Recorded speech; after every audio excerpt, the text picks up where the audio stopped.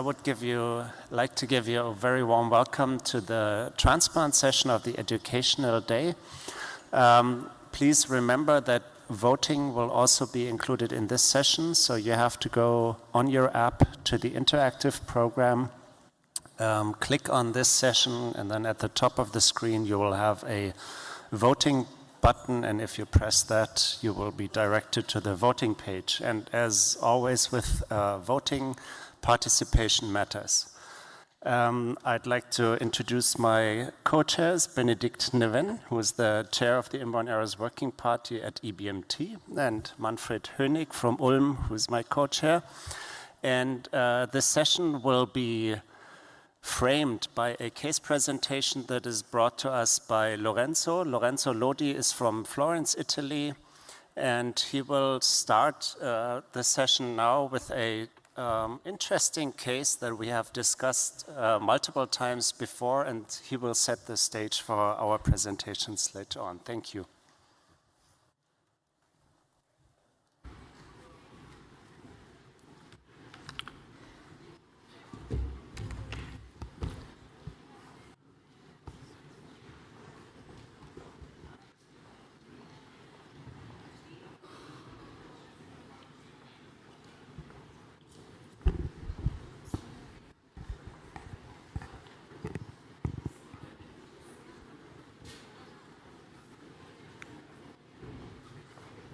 Okay, hello everybody. Thank you for having me. This is my disclosure. So, if you'll be so kind to follow me along the timeline of clinical events, I will guide you to meet this boy whose story is the one who brings up some of the question about transplant that the three experts after me will try and address. We got to know him when he was 9. Son of consanguineous parents of Roma origin, and at that time he already presented with encephalitis, episodes of pneumonia, sepsis, recurrent otitis, and a growth failure. And along the follow-up, he also developed alopecia areata, trilinear cytopenia, autoimmune hepatitis, enteritis, splenomegaly, and last but not least, an asymptomatic infiltrative lung disease with a severe restriction, multiple fluctuating adenopathy, thymic hyperplasia. If we want to ascribe these symptoms to specific sets of disease, it's pretty easy to say that the patient definitely had a recurrent severe infection profile, multiple autoimmunity, and lymphoproliferation. Soon after diagnosis, thanks to routine lab tests, we detected an hypogamma, hyper-IgM, reduced vaccine response, and this led us to perform a sort of presumptive CVID diagnosis that obviously led us to straightforward to genetic testing in the suspicion of an inborn error of immunity. And also, it led us to start immunoglobulin replacement therapy and antimicrobial prophylaxis, which led to a very good control of the infectious profile. On the other side, it was a little bit less successful, the things we did to try and achieve a good control of the autoimmune and lymphoproliferative manifestation that we try and address and manage with sirolimus.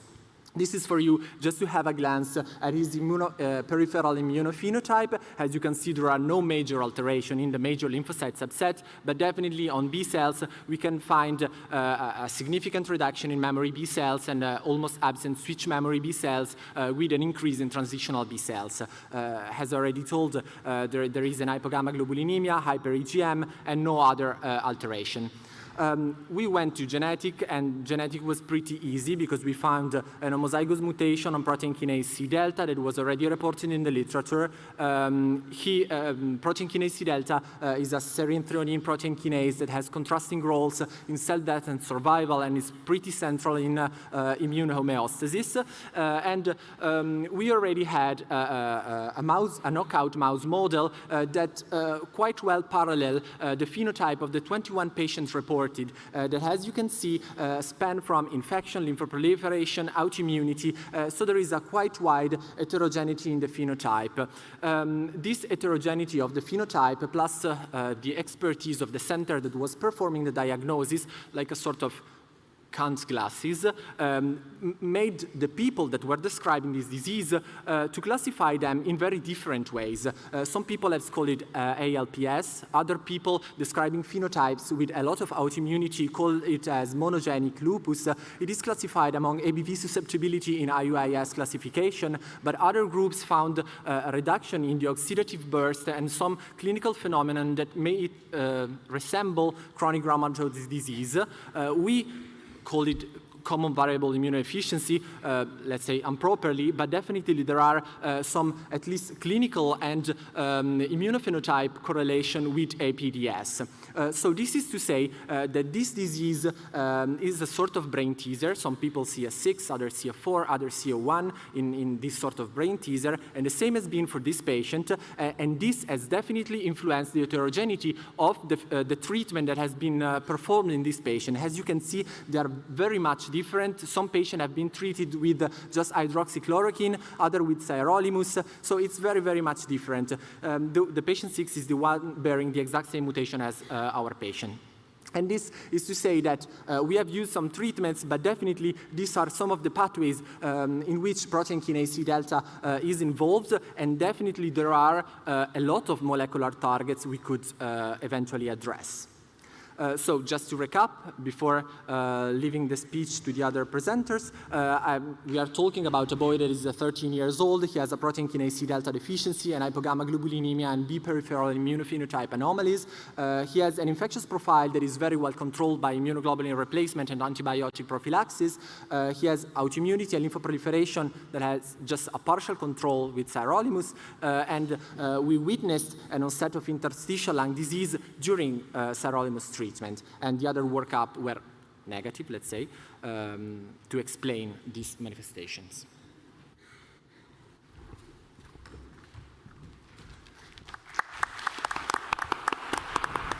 Thank you. Excellent presentation. Thank you, Lorenzo. We have decided that we will have the questions at the very end of the session after the voting process.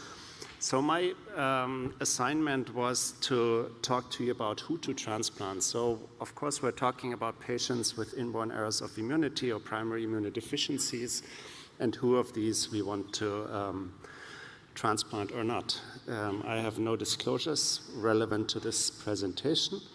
So when tackling this, I started with first asking myself, what are some general consideration? Which patients with immunodeficiency would actually have a profit from allogeneic transplant procedure? So on the one hand, we have the transplant itself, which of course is potentially curative for most patients and also most diseases.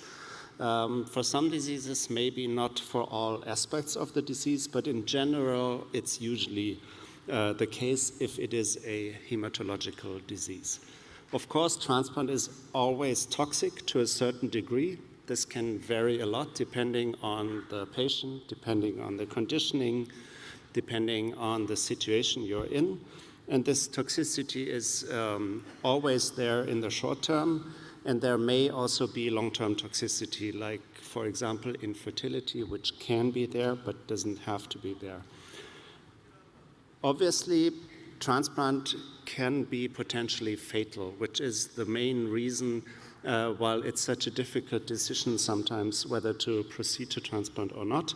And we shouldn't forget that even in our patients, relapse is possible because autologous reconstitution happens, rejection happens, and the disease can come back, especially when we are trying to limit short-term toxicity by reducing the conditioning, something that Manfred will touch upon later. On the other side, we have the disease, which is also potentially fatal. Otherwise, we wouldn't be thinking about transplant.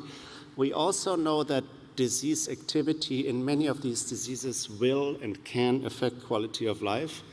They may cause permanent organ damage, which then again might have a negative impact on quality of life, but also on transplant outcome, as Bénédicte will sure talk about. And there could also be alternative treatments, because for many of the diseases, like the one Lorenzo just presented, more and more we have small molecules or other treatments that are also possibilities. So looking at our patients, there are very few diseases where there's really an urgent indication for transplant, and there are really not that many questions. So I think the most prominent ones are SCID and HLH, of course, both of them disease groups with a number of different diseases, but they share the commonality that they're universally fatal within a very short time frame, and transplant is curative, and long-term efficacy and superiority of transplant has been shown. So in these babies, usually even a preemptive transplant is indicated, and it's actually the preferred option, and that is why we all as a group invented newborn screening for SCID at least, and for HLH I think there are also activities ongoing. The European Society for Bone Marrow Transplantation has certain categories for transplant indications, which is useful, especially for adults with malignant or bone marrow failure syndromes. And they have 4 categories: standard of care, clinical option, developmental, and generally not recommended. So clearly for SCID and HLH, this is standard of care. These are indications where transplant is always or known to be superior to non-transplant approaches. Actually, most of the diseases we deal with will fall into the clinical option and developmental categories, because we never have randomized studies for our diseases. We almost never have comparing studies where we compare transplant to non-transplant outcomes, because we know they are very difficult to conduct. And in many of the diseases, additional research is urgently needed to really define the role of transplant. And there are also some diseases, like for example AT, where we would not generally recommend transplant, but there can be instances where something like that may be advisable to do. So ideally, if we look at a patient referred to us for transplant, there are a number of things that we would like to know. Having said that, usually we never know all of these things, but it's the things that we want to know. Starting with the disease in the middle, we would very much like a genetic diagnosis, although it's not a prerequisite. And as we heard this morning, this can be very tricky as well, because we need to be sure that this genetic variant is actually the diagnosis that we are dealing with. We do need to know the natural disease outcome, which is very difficult for diseases where there's only 2 or 3 patients described in the literature or none at all. We need to know whether there are alternative treatments. Sometimes it's helpful to know about genotype-phenotype correlation, because variants in one gene may not always have the same degree of disease severity. On the other hand, we would like to know what the transplant outcome in this particular disease is, and I think the Inborn Errors Working Party over the last decades has done a good job in elucidating that for many of the diseases, but clearly not for all. We also, for each individual patient, want to know donor availability, because it plays less of a role these days, but it still plays a role. And last but not least, for the patient, we want to know his age, disease activity, organ damage, his quality of life without a transplant, his willingness or his family's willingness to go to transplant, compliance with medical procedures, and other psychosocial issues, which get more important once the patient gets a little older. I'm starting with a very easy case vignette, much easier than what Lorenzo has presented. We have a 2-year-old patient diagnosed with XCGD, has a known pathogenic variant in CYBB. He is currently on prophylaxis, has absolutely no symptoms. He goes to regular childcare, and he has a 10 out of 10 MUD available. So if we go back to the list of things that we would like to know, we know his age, we know the disease activity, he has no organ damage, he's compliant with his prophylaxis, at least by the hands of his parents. We have a genetic diagnosis. We are aware of alternative treatments like prophylaxis, maybe interferon. There is a certain degree of genotype-phenotype correlation in CGD, but it's not really that relevant anymore. We have a donor available. So now we need to look at natural disease and transplant outcome.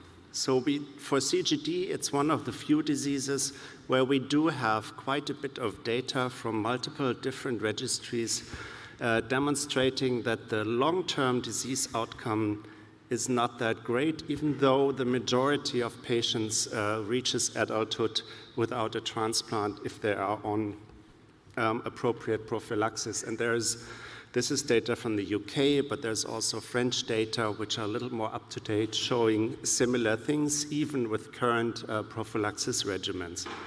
On the other hand, we do have very large, more than 700 patient transplant experience published, which shows excellent overall survival over a wide range of CGD patients.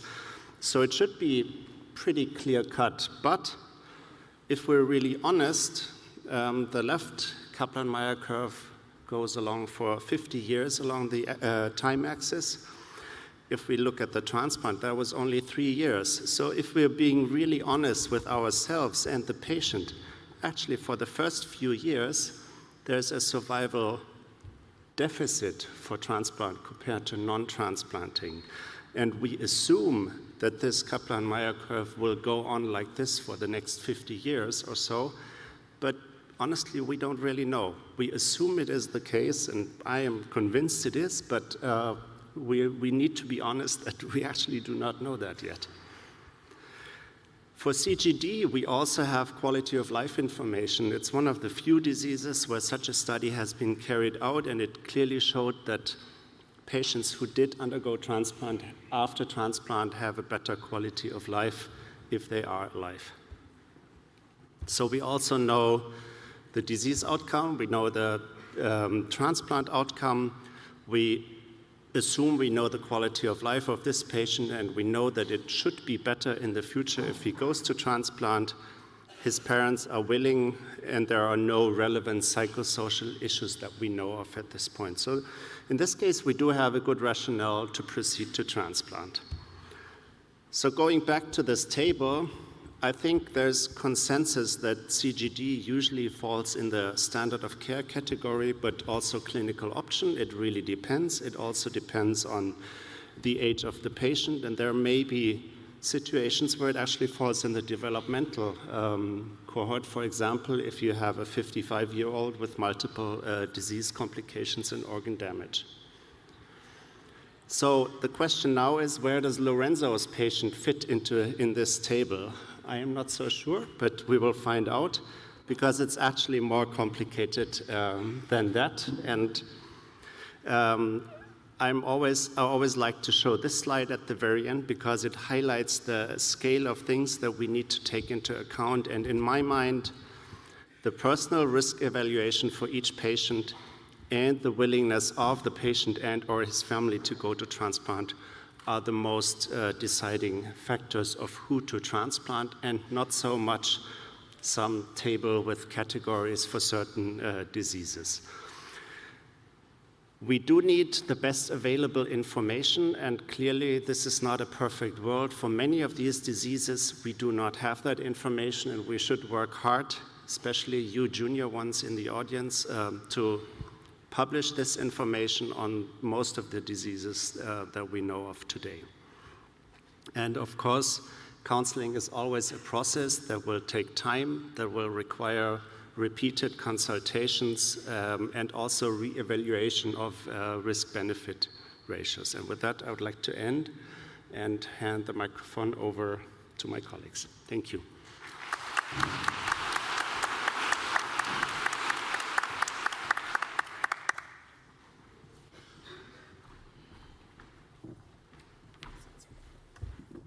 So it's not the good one. Thank you. Thank you very much, Michael, for this very nice overview. I will try to cover the why and the when. Of course, there will be some overlap with Michael's presentation, but it will just highlight the difficulty of making the right decision. Why should we drive the patient to transplantation? Because, of course, we want to cure the patient. And we know that transplantation can be curative. Of course, we just have to check that the gene is expressed in hematopoietic-derived cells. And it's something that we can do only if we know the genetic disease underlying the inborn errors of immunity. We want to improve the quality of life of the patient. And of course, it's better if we know the quality of life of the patient with the disease. And sometimes we don't have all the data because the disease is rare. There are few patients described, and we don't have a large cohort of patients with very, very well described natural history and very nice data on quality of life. And of course, we want to restore fully competent immune function, and we want also to restore the immune homeostasis of the immune system. So these are the main reason why we want to drive the patient to transplantation. But we know, and Michael reminded us also, the risk of transplantation. There will be always transplant-related mortality related to the procedures. In the best condition, we can estimate that the TRM is about 10%, but it can be much more in a difficult situation in a patient with we will see what are the factors that could contribute to the increase of the TRM.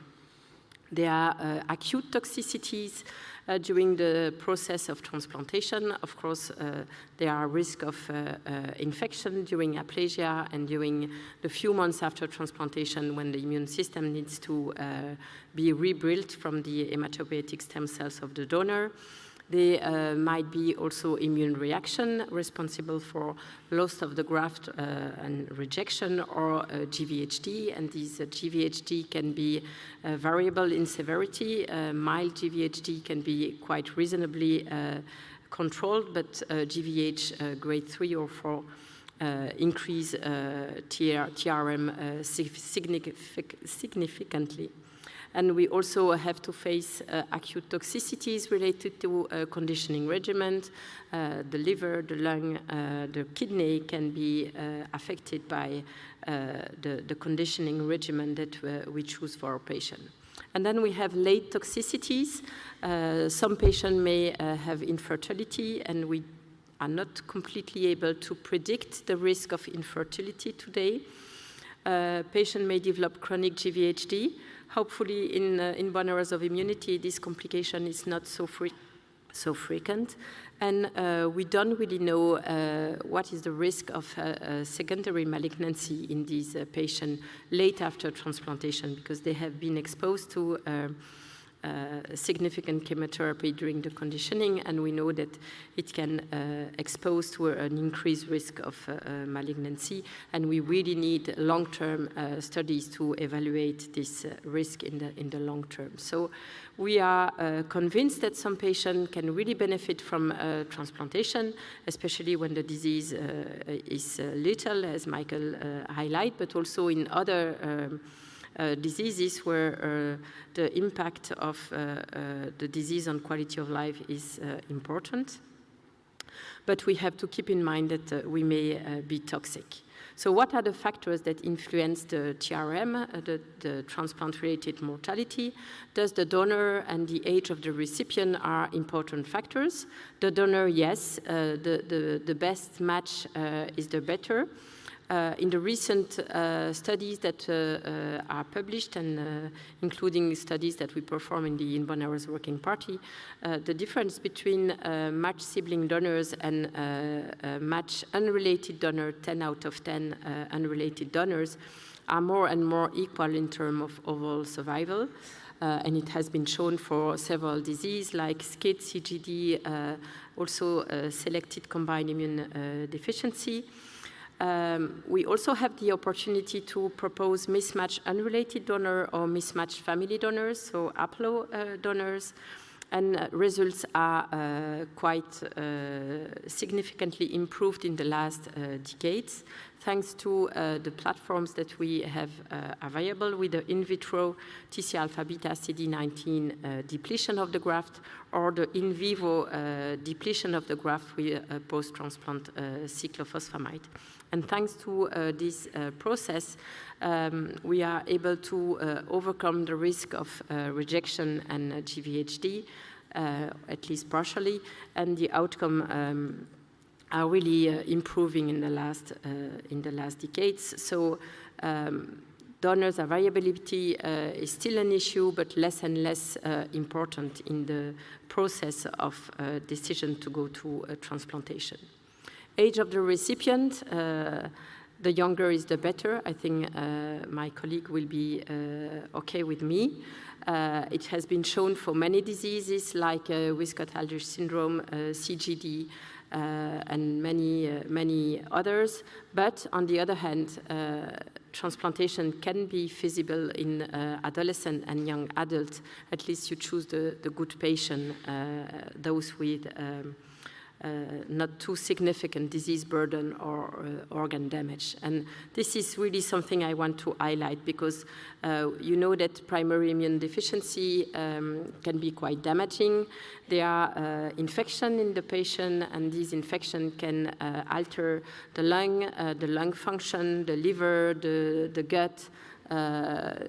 There are also lots of autoimmunity and inflammation in the patient that can need some immunosuppressive drugs, long-lasting immunosuppression that can affect the renal function.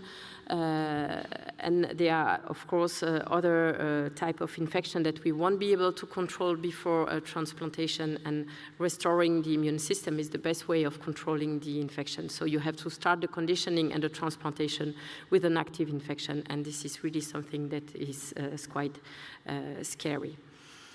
So this evaluation of the comorbidities and the organ damage is extremely important before transplantation, and we try to evaluate these organ damage and disease burden by different scores, like the HSCT score, which is not perfect at all because it's a score that is for adult patients with a malignant disease, but it's better than nothing. And we also have the IDDA score, which is a composite score, quite complex, that try to evaluate the inflammation, autoimmunity, and dysregulation of the patient before transplantation. But these scores can be interesting and highlights the risk of these comorbidities during transplantation. And I will show you a few examples. First, with the risk of having active infection at the time of transplantation. These are data generated in severe combined immunodeficiency by the US group and also by the European group. And we showed the same results in both sides of the ocean. Having active infection at the time of transplantation for SCID give you a higher TRM or a lower overall survival, as you can see on these two graphs. Having organ damage was also shown to be to impact on the overall survival in many inborners of immunity, and I show you a few examples. You know the CD40 ligand deficiency. It's inborners of immunity with a hyper IgM, and also specific susceptibility to cryptosporidium, for example. And if you have cryptosporidium, you can have a cholangitis, chronic hepatitis disease, and we know that having this kind of complication before transplantation is very difficult to manage during transplantation. And because of that, no. Oh, it doesn't work. I don't have a pointer. But you see that having no organ damage in CD40 ligand in the early period or in the more recent period impact quite significantly on the overall survival. So we've shown the same impact of organ damage in hypomorphic RAG deficiency.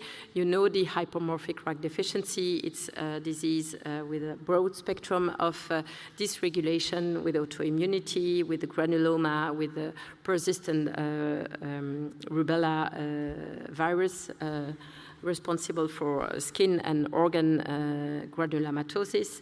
And again, in these retrospective studies of the in bone marrow working party, we were able to show that these organ damage significantly impact the overall survival. And again, in the transplantation with adult and young adult, adolescent and young adult, Michael Albert and Emma and all the contributors of this paper show that having a high ICT-CI score, so the score that evaluates the comorbidities at the time of transplantation, impact on overall survival, and having a score of 2 or higher than 2 significantly deteriorate the overall survival.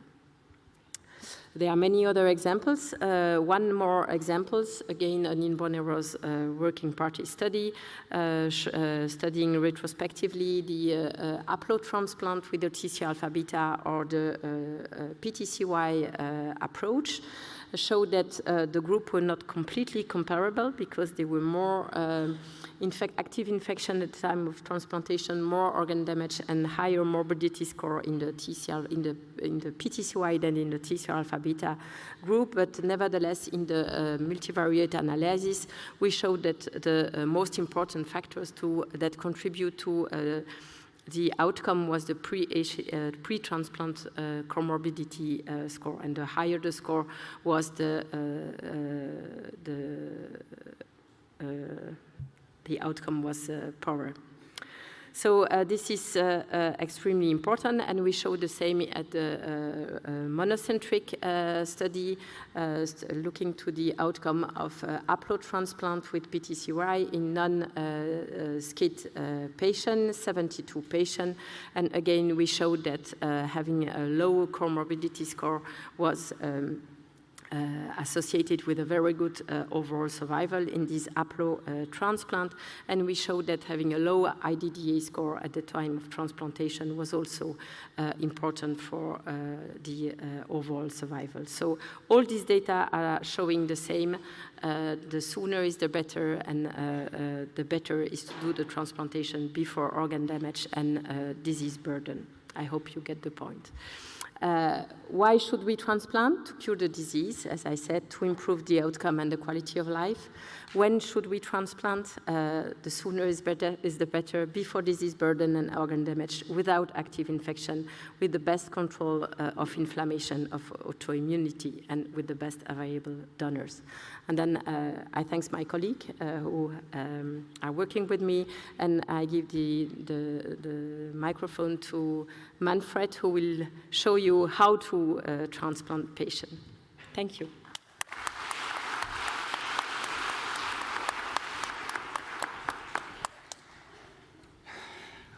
Thank you, Bénédicte. Thank you, Michael. Thank you, Lorenzo. So there will be some repetitions of what my co-speakers have mentioned already. And the coming 10 minutes are meant for those who are not, let's say, in contact to transplants in their daily routine, but maybe to those who have to discuss about their patients with another department which is then performing the transplant. And I want to give you some points of orientation and maybe some motivation to ask questions which are important in the cooperation with this other department. So for those who are actively transplanting, have a mental cup of coffee and relax, you will get no new information. These are my disclosures. And as Bénédicte, Michael have indicated already, we have the indication and the decision to go for transplant is very multifactorial. We have the phenotype, we have the family history, we have the genotype, and so on. You've all heard about that. But I think we have not yet really talked about the soft decision-making points, which are the individual experience of the families. If, for example, the family has had the experience of one sibling dying, the discussion you're going to have is completely different to a family who is having a newborn detected by SCID screening. We have been talking about compliance, and this is meant by the term social history.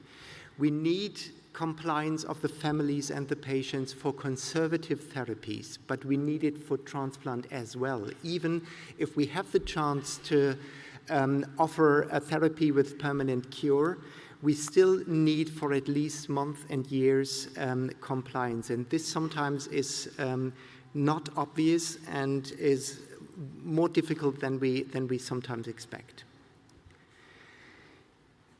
We have heard about the options to choose a perfect donor.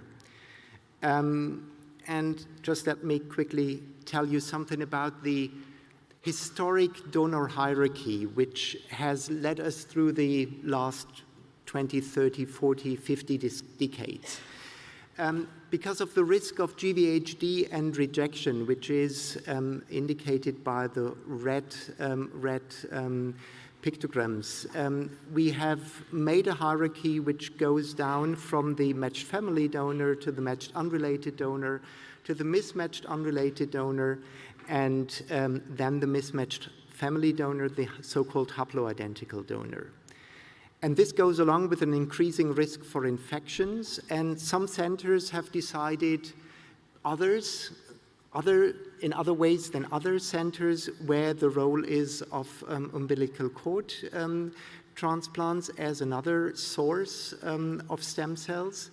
And this is very individual for different centers. And with this picture, I want to encourage you to stick to your experience. Of course, not being open for new developments, but it's very important that you feel comfortable, or your transplanters feel comfortable with what you have been doing for the last years. So if you're experienced in umbilical cord blood transplantation, maybe in contrast to other centers, you might have good reasons with a positive experience to stick to that. On the other hand, if you've very good experience with haploidentical transplants, it's a good option to stick to that.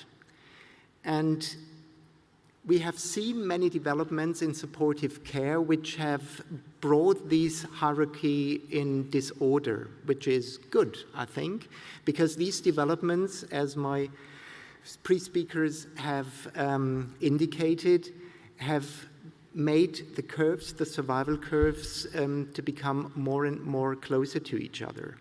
And one contribution which we all have made as a scientific community was the better supportive care during transplants and better and more sophisticated methods of graft manipulation. And this is what we started for haploidentical transplants. This is more than 40 years ago now that we learned to deplete T cells and thereby reduce the risk of GVHD, which would be otherwise not controllable in haploidentical transplants. So T cell depletion was a very big step in transplant history.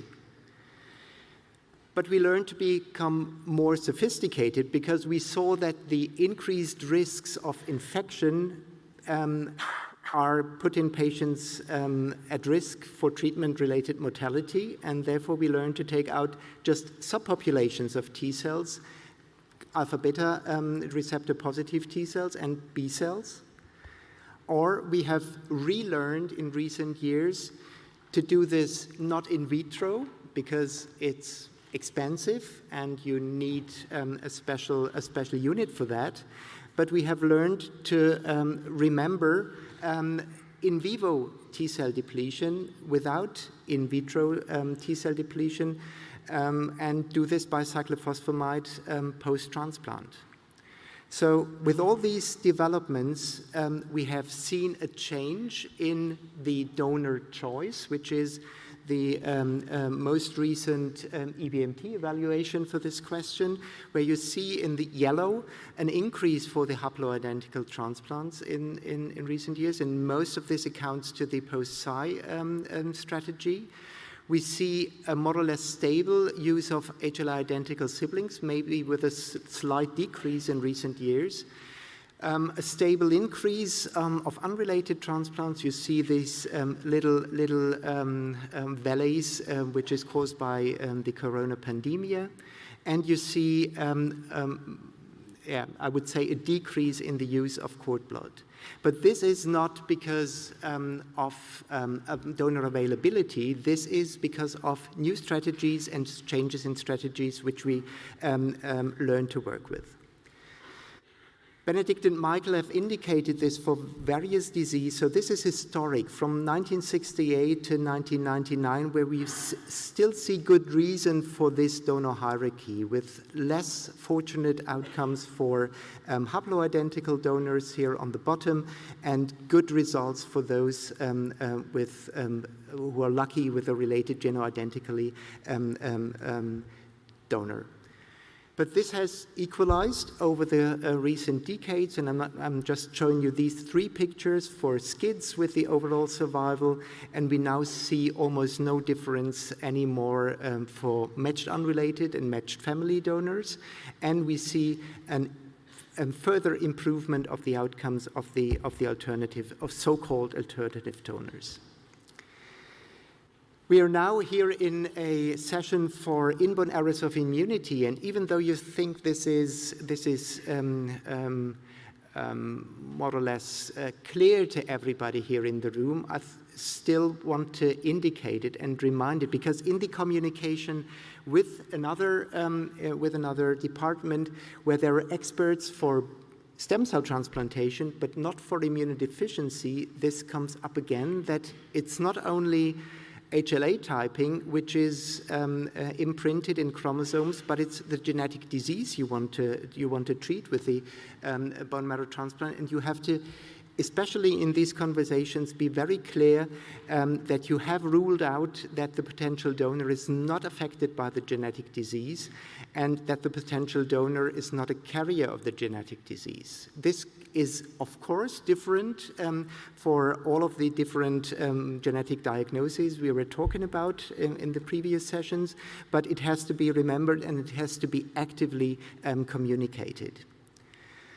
In the last minutes, I'm now coming to the second tool which we need to perform a transplant, which is the conditioning. And we have heard this already. We are treating patients. We are not treating genetic or molecular diagnoses, and we have to be sure that we get this individual patient in his or her individual situation through transplant treatment-related mortality. What do we want to achieve with conditioning? We want to achieve anti-leukemic. This is what we are not talking about in most of the entities, but we have heard already that some of the inborn errors of immunity might come up with leukemia in their further course. We want to become myeloablative if we need that, and in most entities we need that. And we want to be immunosuppressive because we do not want the host to be capable to reject the graft. And for different indications, and I'm not going to go through this in detail, we need different, we have to put different weights on these things. In SCID, for example, we know that we might be able to get in a graft without any immunosuppressive conditioning, even without any conditioning at all. And this, of course, does not account for ALL or hemoglobinopathies. And to become clearer in our conversation, the Inborn Errors Working Party of the EBMT and the ESID have gathered, and in 2-3 years of discussions and many discussions before that, we came along with a recommendation in our guidelines which conditioning regimens we would recommend. And these are recommendations which, of course, can be you can keep to or you cannot keep to these, but you have, at least in our perception, have to have good reasons not to keep to these, not only for scientific and for research reasons, but always also for patient reasons, because these are those where we have experience with and which could be recommended. And you see here that with the increased intensity, we have high degree of myeloablation, and with a reduction to the left, we have less myeloablation. So in the end, you, from A to E, the risk of ending up with an incomplete donor chimerism is increasing. What about zero therapy? Another very important topic, which is included in most transplant conditioning regimen. And this is just a quotation from the guidelines. It is mandatory in all unrelated and mismatched family donor transplants. And this is because we can affect both. We can affect the risk for rejection, and we can influence the risk for GVHD. But it may also be an option in selected HLA identical family donor transplant. For example, if you have a high risk of sensitization and you want to prevent the patients from rejection, or you think that there is a high risk for GVHD and you want to go for zero therapy to reduce that risk. But this is a very individual indication. As a take-home message, you can learn that unrelated and mismatched family donor transplants, you have to have a good reason not to give zero therapy. And zero therapy is a name for a group of different agents, and to be honest, we still do not do exactly what we are doing with these different agents, who are targeting different cell types, targeting different antigens, and the kinetics, the pharmacokinetics I have just depicted as an example on the right time from a very important publication from the Leiden group indicates that we are just starting to learn about the pharmacokinetics of zero therapy, and timing and dosage really matters in regard of outcome and in regard of immune reconstitution. And I'm sure that there will be many things we will learn in the near future about that. So coming to the summary, we have learned that conditioning is a very rough tool which we have. Bénédicte has named complications as treatment-related mortality, which is, of course, influenced by the intensity of conditioning, but long-term sequelae as fertility or secondary malignancies are, of course, to mention here as well. And in the coming years, I think we have to be very alert to new developments where we can in more sophisticated ways directly act on the bone marrow, the organ of our target. And I'm sure that we will hear more about radioimmunotherapy, antibody-guided conditioning, and so on. And another summary I want to give you, I think there is a donor for almost every 99% of recipients. And with this, I want to close this. Thank you for your attention and give back to Lorenzo.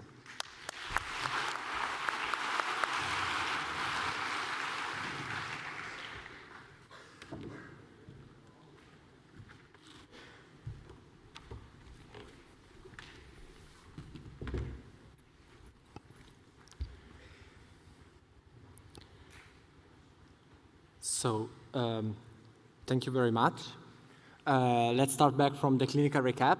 I think that many of us, after the presentation of these three experts, have a little bit more of tools. So my colleagues and I would be very grateful if all of you could help us out with this patient that I recall you. He's a 13-year-old boy with protein kinase C delta deficiency and hypogammaglobulinemia and B peripheral immunophenotype anomalies.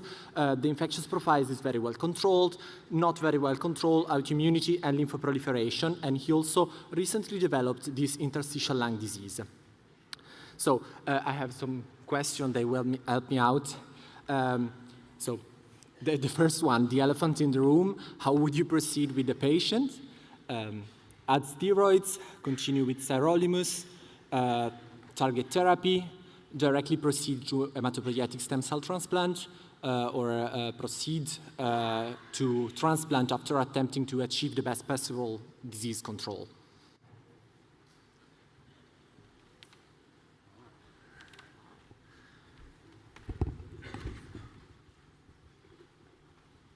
Thank you very much. Of course, there is no correct answer and there is no wrong answer. All of these would be reasonable things to do. I think we have learned that targeted therapies can be helpful in these patients. I agree that this is a patient with a very strong infectious history and also already some organ damage.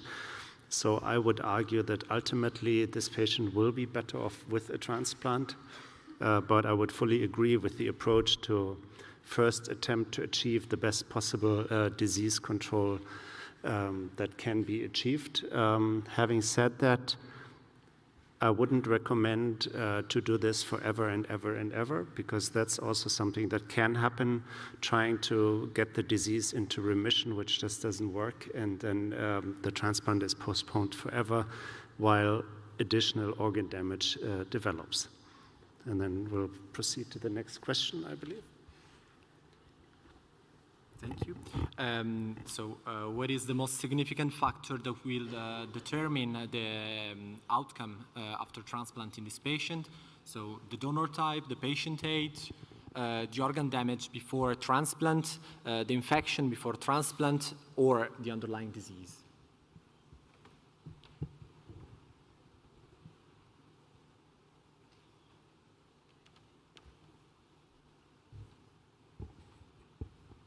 I think you got the point. Of course, I really insist on the organ damage before transplantation, because we know that if you have altered lung function, altered liver, or kidney function before transplantation, it could be quite challenging during the post-transplant period. Of course, the infection before transplantation are also extremely important, and we will do, in the case of Lorenzo, we'll do everything we can to control the infection before transplantation. And it's why it's important not to give too long immunosuppression before going to transplantation. So you have to choose the right moment to go. Of course, the underlying disease is important, but in the case of Lorenzo, we don't know so much about the disease because there are so few cases reported. So for other disease, like Michael mentioned, CGD or SCID or Wiskott-Aldrich, of course, we have large series of patients, so we have much more information to gather from the disease. And the age of the patient, I already mentioned, this is important, but because of the organ damage when the disease has time to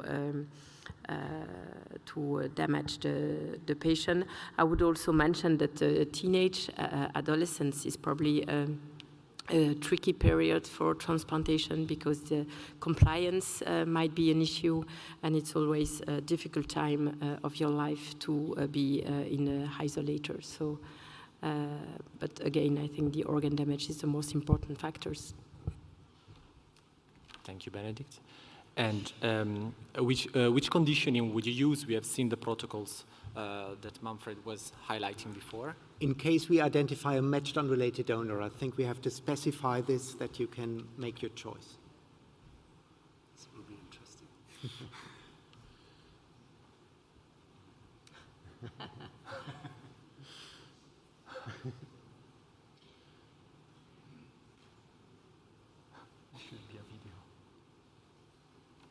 Okay. I think we can stop the poll. It's very interesting for us and hopefully for you to see how you are selecting, because I think we all agree that we need a myeloablative protocol in this patient. We want to at least have a high proportion of stem cell engraftment, and if not high proportion, we would even think that he would do best with a complete donor chimerism.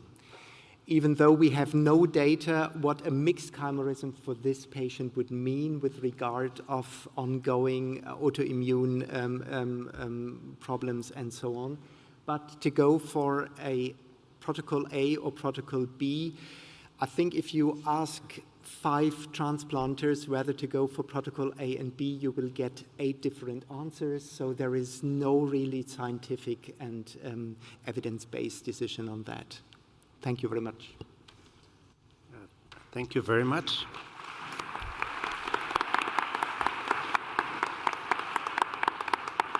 The last one was very interesting for us as well, and I would even argue that C&D is not such a bad idea, maybe. This is an adolescent patient with some organ damage, so there may be arguments for C&D as well. Very interesting. We do have 5 remaining minutes for open questions if you want, so please, I cannot see anything, but if you come to the microphone, just speak up. And Lorenzo wants Oh, sorry, you have a conclusion. You go ahead. Yeah.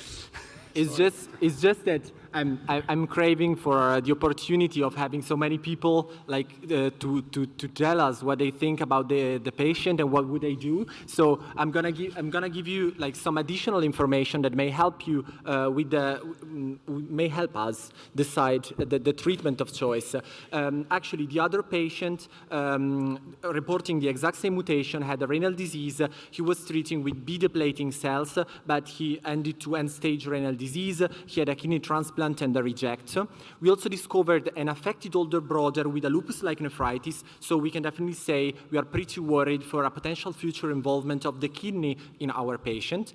We didn't find any particular elevation in the peripheral blood in terms of interferon signature. This is referring to the targets I was telling you before in the molecular pathway. But actually, you have to acknowledge that we have a partial control of cytopenias and hepatitis using sirolimus. So this led us thought that we probably were on the right way, on the right pathway, targeting mTOR AKTM pathway.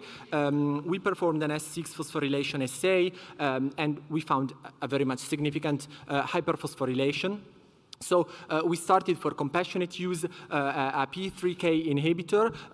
It's a compassionate use basis. We recently started. We can only say we have a good tolerability, but it's too early to talk about efficacy. Our hematopoietic stem cell transplant unit also helped us screen the register, and we see that actually there may be some 10 out of 10 match unrelated donors. So with this on, I try to recap some pros and cons of transplanting this patient. Definitely we have seen we may have a potential disease resolution, a potential prevention of renal disease. We have a relatively young age. We may have a prevention of oncological risk. Actually, it's a patient with a lot of lymphoproliferation. And even though we do not have a specific phenotype-genotype correlation on 21 patients, we can definitely observe that those patients that are presenting a complete absence of the protein are those presenting the most severe phenotypes, and our patient is one of those. On the other side, transplant has been performed only twice in this disease, but with a very different phenotype, at least from what is reported. There were 2 SCID-like patients with an uncontrollable infectious profile in the first year of life, so I think it was easier to decide. We do not know what is the impact of the mutation on somatic cells, so maybe the transplant is not able to prevent the renal disease because it's the mutation itself on the renal cells causing the disease. He's an adolescent. They have told me to put a lot of attention on this part. He has a complicated social situation that can affect compliance, and he has this lung and multi-organ involvement, and we have difficult access to familial donors. We definitely have to take in care of the center experience. So this is my question for you, and this is my thank you to the 3 of you and you all, and my colleagues. Thank you, Lorenzo. And I deeply apologize for almost missing your very nice conclusion. We now don't have time for questions, but that's okay. But that's completely okay.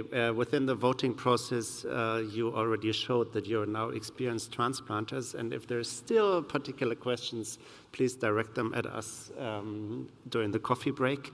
And with this, I would like to thank Lorenzo for his excellent case, and my 2 fellow presenters, Bénédicte and Manfred, and thank you for coming.